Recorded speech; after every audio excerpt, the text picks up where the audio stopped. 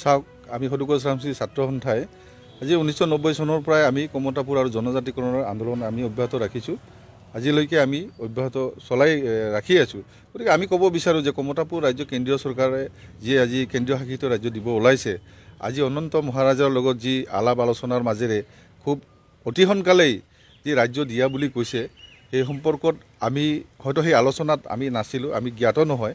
কিন্তু আমি বিচাৰোঁ কেন্দ্ৰীয় চৰকাৰে সদুকল চামচি ছাত্ৰ সন্থাৰ লগতে আমাৰ জাতীয় সংগঠন দল আছে, তেওঁলোকৰ লগতো তেওঁলোকে কমতাপুৰ ৰাজ্য ইতিমধ্যে বিচাৰিছে।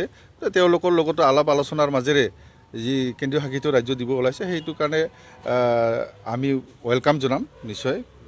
অসমৰ পৰা পৃথক হোৱাটো আপোনালোকে বিচাৰে নেকি? নহয়, অসমৰ পৰা পৃথক বুলিয়ে নহয়, আমি ইতিমধ্যে আমি অসমৰ 16খন আৰু পশ্চিমবংগৰ 6খন জিলাক লৈ আমি ইতিমধ্যে চেণ্ট্ৰেল গভৰ্ণমেণ্টত আমি দাবী জনাইছোঁ যে পৃথক কমতাপুৰ ৰাজ্য আমাক দিব লাগে বুলি।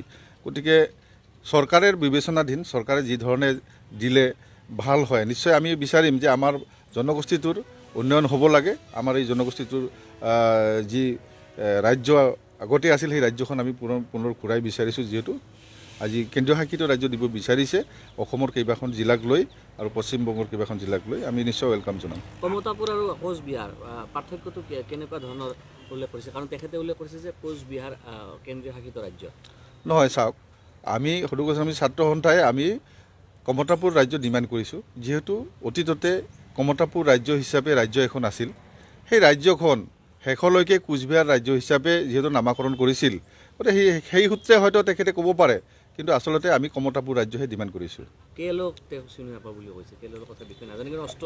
নহয়, চাওক, আজি কেএলৰ কথা নাজানাটো এইটো দুৰ্ভাগ্যজনক কথা। কেএলই আজি সহস্ৰ সংগ্ৰাম চলাইছে।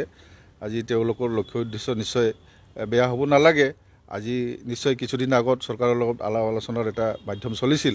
গতিকে আমি ভাবোঁ শান্তি প্ৰক্ৰিয়াৰে কেএল আহক, আৰু কেএলক নজনা কথা তেখেতে কৈছে, এই কথাটো কিমান গ্ৰহণযোগ্য হ'ব পাৰে মই নাভাবোঁ যে এইটো কেএলক একো নাজানো বুলি কৈছে। গতিকে তেখেতে জানিও নাজানা বুলি কৈছে, এইটো নিশ্চয় তেখেতৰ কথা। কেএল অনন্ত ৰায় মহাৰাজৰ যি মন্তব্য আছে, মন্তব্যৰ আপোনালোকৰ সমৰ্থন আছে? কেএলৰ অনন্ত ৰায় মহাৰাজে যি কেন্দ্ৰীয় শাসিত ৰাজ্যৰ কথা কৈছে, তাত আপোনালোকৰ পূৰ্ণ সমৰ্থন আছে? নহয়, চাওক, কেন্দ্ৰীয় শাসিত ৰাজ্য চৰকাৰে যদি দিয়ে, কেন্দ্ৰীয় চৰকাৰে দিয়ে, নিশ্চয় আমি ৱেলকাম জনাম। এই বিষয়ে আপোনালোকৰ লগত মানে অনন্ত মহাৰাজ যি কৈছে কথাখিনি, এই কথা আপোনালোকৰ লগত কিবা আলোচনা হৈছিলে কেন্দ্ৰীয় চৰকাৰৰ বা অনন্ত মহাৰাজে? নাই, আমাৰ লগত কোনো ধৰণৰ আলোচনা হোৱা নাই। আলোচনা হৈছিল, আমাৰ আগতেই আলোচনা হৈছিল। কংগ্ৰেছ চৰকাৰ থাকোঁতে ত্ৰিপাক্ষিক টক হৈছিল। ত্ৰিপাক্ষিক টক দুবাৰকৈ হৈছিল, তাৰ 3বাৰেই হৈছে, বিজেপি চৰকাৰৰ লগত এবাৰ হৈছিল।